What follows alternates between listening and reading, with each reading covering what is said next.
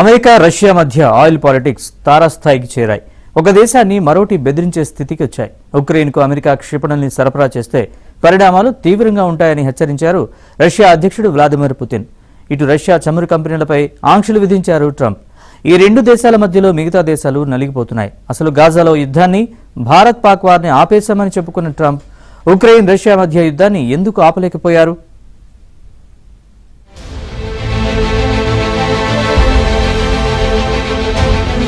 Hamas Israel యుద్ధాన్ని ఆపేశా, భారత్ పాక్ యుద్ధానికి ముగింపు పలిక, మొత్తం 7 యుద్ధాలను ఆపేశానంటూ అమెరికా అధ్యక్షుడు డొనాల్డ్ ట్రంప్ పదే పదే ప్రకటించుకున్నారు.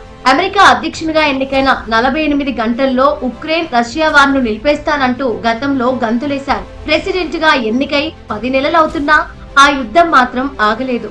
4 ఏళ్లుగా రావణ కాష్టంలా రగులుతూనే ఉంది.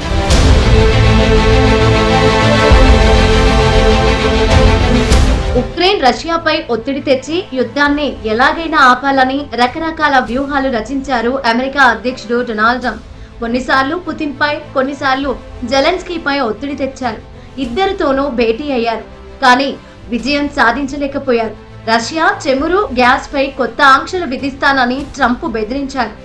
ఉక్రెయిన్ కు కొత్త లాంగ్ రేంజ్ ఆయుధాలు ఇస్తానని వాగ్దానం చేశారు. కానీ రష్యా డోంట్ కేర్ అంది. గత జూలైలోనే రష్యాపై కొత్త ఆంక్షలను ట్రంప్ ఆమోదించబోతున్న సమయంలోనే అలాస్కాలో శిఖరాగ్ర సమావేశానికి పుతిన్ అంగీకరించారు.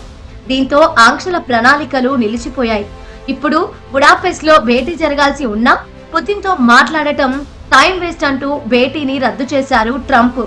ఉక్రెయిన్ కు లాంగ్ రేంజ్ క్షిపణులు అందిస్తే పరిస్థితి భీకరంగా ఉంటుందని పుతిన్ హెచ్చరించారు.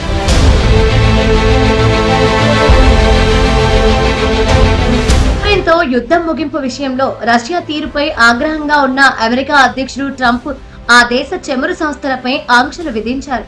అమెరికాను లెక్క చేయబోమని తేల్చి చెప్పారు పుతిన్. అయితే ఆంక్షల విధింపు స్నేహపూర్వక చర్య కాదన్నారు ట్రంప్. తమ చర్యల తీవ్రత ఏంటో 6 నెలల్లో రష్యాకు అర్థమవుతుందని చెప్పుకొచ్చారు.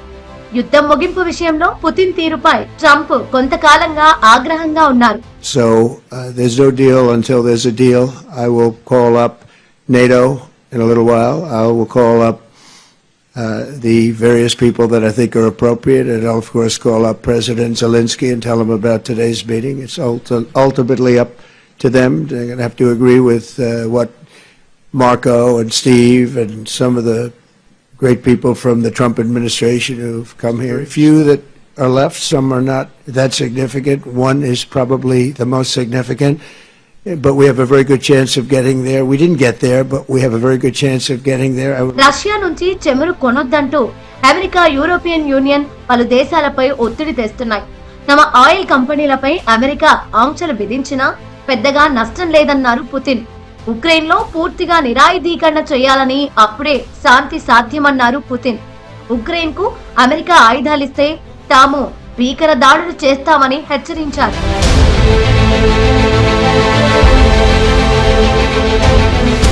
అయితే ఇకపై లాంగ్ రేంజ్ టోమాహక్ మిసైల్ ఉక్రెయిన్ కు అందిస్తామని ట్రంప్ తెలిపారు. ఉక్రెయిన్ నుంచి ప్రయోగిస్తే రష్యాలోని మారుమూల ప్రాంతాలకు సైతం ఇవి దూసుకెళ్తాయి. దీంతో ఆయిల్ తో మొదలైన వార్ ఉక్రెయిన్ లో తీవ్ర రూపం దాల్చే ఛాన్స్ ఉంది.